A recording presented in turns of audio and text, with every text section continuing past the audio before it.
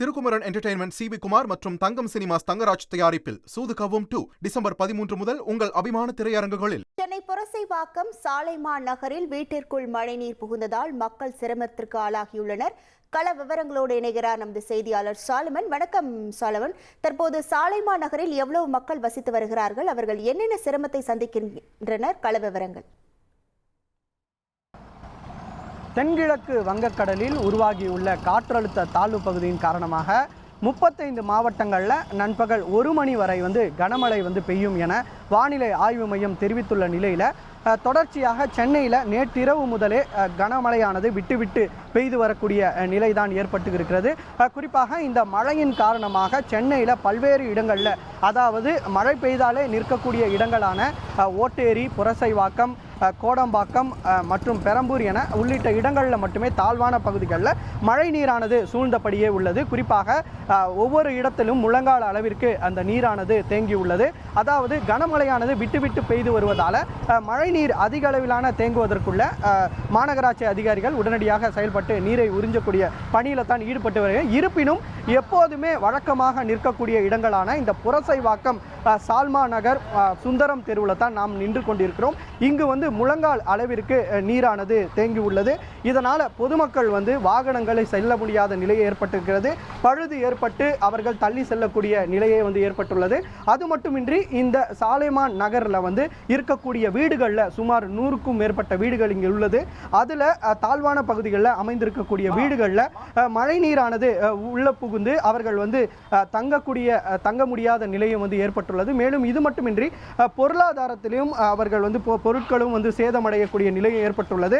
குறிப்பாக இந்த மழை நீருடன் கழிவுநீரும் சேர்ந்து வருவதால் இங்க இருக்கக்கூடிய பொதுமக்கள் மிகவும் அவதியுடன் இதுதான் வீட்டுக்குள்ளேயும் தண்ணீர் வருவதாக இந்த பொதுமக்கள் குற்றம் சாட்டு. அவரிடம் கேட்ட மேடம், இந்த வீட்டுக்குள்ள ஃபுல்லா மழை நீரானது வந்திருக்கா? எப்படி மேடம்? மழை தேங்கி வெளியே இருந்தீங்கன்னா அதெல்லாம் சுரக்குது, வேற ஒன்றும் காரணம் கிடையாது.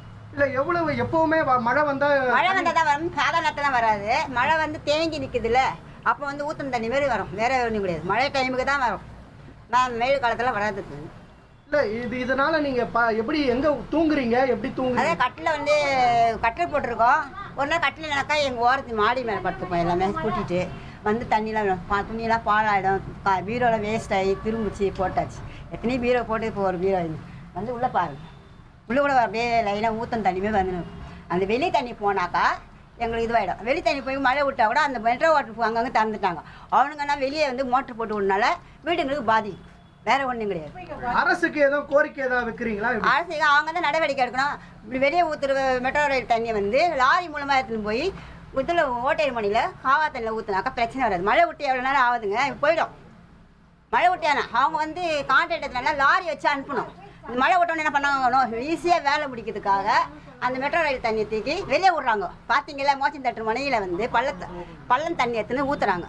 அதனால அந்த போய் ஊற்றாத மக்களுக்கு பாதிக்கப்படாத, மற்றவங்களுக்கும் பாதிக்கப்படாத வண்டிங்களாம் போகுது வாடு எத்தனை லாரியில் எடுத்து ஊற்றணும், வேற ஒன்று.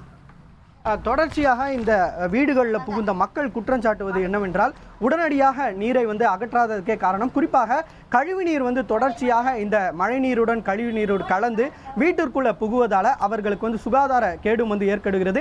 இது மட்டுமின்றி உள்ளிருக்கக்கூடிய பொருட்கள் அனைத்துமே சேதமடைந்து இருப்பதாகவும், உடனடியாக அரசு இதனை அப்புறப்படுத்த வேண்டும், இந்த மழை நீரை தேங்கியிருக்கக்கூடிய நீரை அப்புறப்படுத்த வேண்டும் என கூறப்படுகிறது. இது மட்டுமின்றி தொடர்ச்சியாக இந்த பகுதிகள் முழுவதுமாக முழங்கால் அளவிற்கு இந்த கழிவு நீருடன் சேர்ந்து கலப்பதால இங்க இருக்கக்கூடிய பொதுமக்கள் வெளியே வர முடியாத நிலைமை ஏற்பட்டுள்ளது. அதாவது அத்தியாவசிய பொருட்கள் கூட வெளியே வர முடியாத நிலை ஏற்பட்டுள்ளது.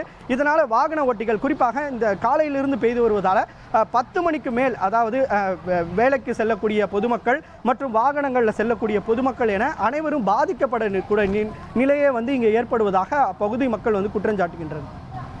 சென்னை புரசைவாக்கத்திலிருந்து கள விவரங்களை வழங்கியமைக்கு நன்றி Solomon. Thirukumaran entertainment C V. Kumar மற்றும் தங்கம் சினிமாஸ் தங்கராஜ் தயாரிப்பில் சூது கவ்வும் 2 டிசம்பர் 13 முதல் உங்கள் அபிமான திரையரங்குகளில்.